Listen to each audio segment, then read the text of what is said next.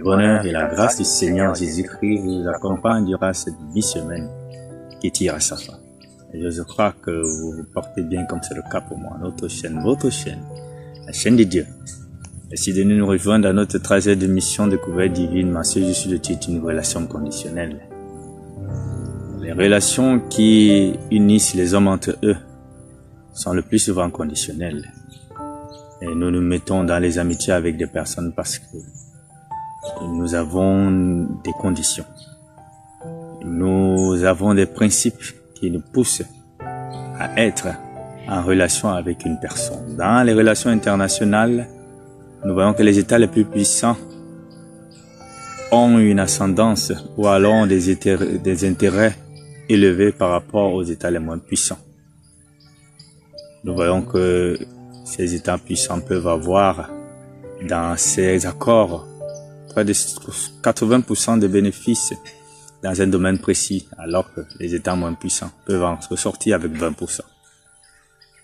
Quant à la relation qui doit unir l'homme et son créateur, les hommes en sortent avec le 100%. N'est-ce pas une bonne nouvelle d'entrer dans cette relation d'alliance conditionnelle qui procure le bonheur, la joie, mais comme je l'ai dit, le 100%, car Dieu se suffit. Et ce qu'il sait faire, c'est de partager sa bonté avec ses créatures. Nous sommes dans le livre de Jean, chapitre 3, le verset 5, il est écrit. Jésus répondit, en vérité, je te le dis, si un homme ne naît d'eau et d'esprit, il ne peut entrer dans le royaume de Dieu. Et Nicodème, un docteur de la loi, vint de nuit voir Jésus pour lui poser une question essentielle et fondamentale qui devrait traverser l'esprit de chaque être humain. Et celle de savoir comment entrer dans le royaume de Dieu. Et Jésus lui donnera l'équation simple, l'eau et l'esprit. Alors l'eau ici ne fait pas immédiatement référence au baptême d'eau, mais à cette eau pure que Dieu accordait déjà dans l'Ancien Testament pour la purification. Il est écrit, je reprendrai sur vous une eau pure et vous serez purifiés. Je vous purifierai de toutes vos souillures, de toutes vos idoles. Ézéchiel 36, verset 25. Oui, Dieu purifiait déjà les péchés dans l'Ancien Testament.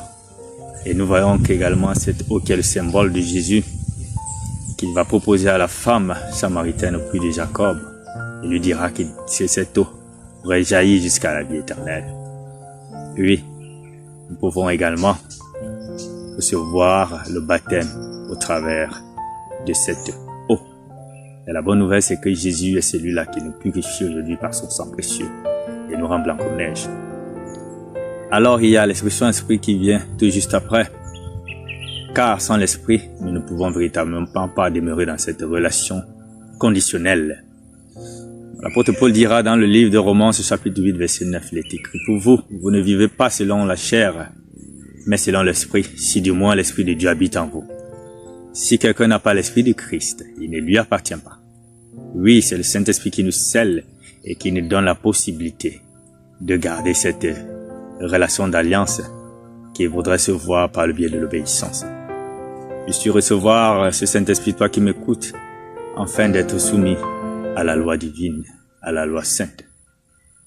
Nous terminons avec le livre de Deutéronome, chapitre 28, verset 1, il est écrit, si tu obéis à la voix de l'Éternel ton Dieu, en observant et en mettant en pratique tous ces commandements que je te prescris aujourd'hui, l'Éternel ton Dieu te donnera la supériorité sur toutes les nations.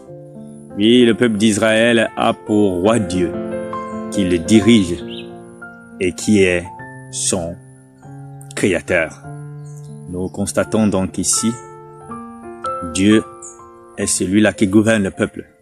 C'est la raison pour laquelle vous verrez que Dieu dira qu'il donnera la supériorité à la nation d'Israël comparativement à d'autres nations. Mais pour contextualiser ce texte, nous voulons le ramener à notre niveau et dire que Dieu te donnera la supériorité sur ceux de ta génération qui verront le gouffre qui vous sépare. Car ce livre de Deutéronome regorge de beaucoup de bénédictions conditionnelles. Il est dit, tu seras béni à ton départ, tu seras béni à ton arrivée. Le fruit de ton sol sera béni, le fruit de tes entrailles sera béni. En clair et en un seul mot, tu seras béni dans toutes les dimensions de ton être. Puisses-tu recevoir cette bénédiction en restant soumis à la parole de Dieu au nom tout puissant du Seigneur Jésus. Merci de nous avoir suivis. À bientôt par la grâce de Dieu.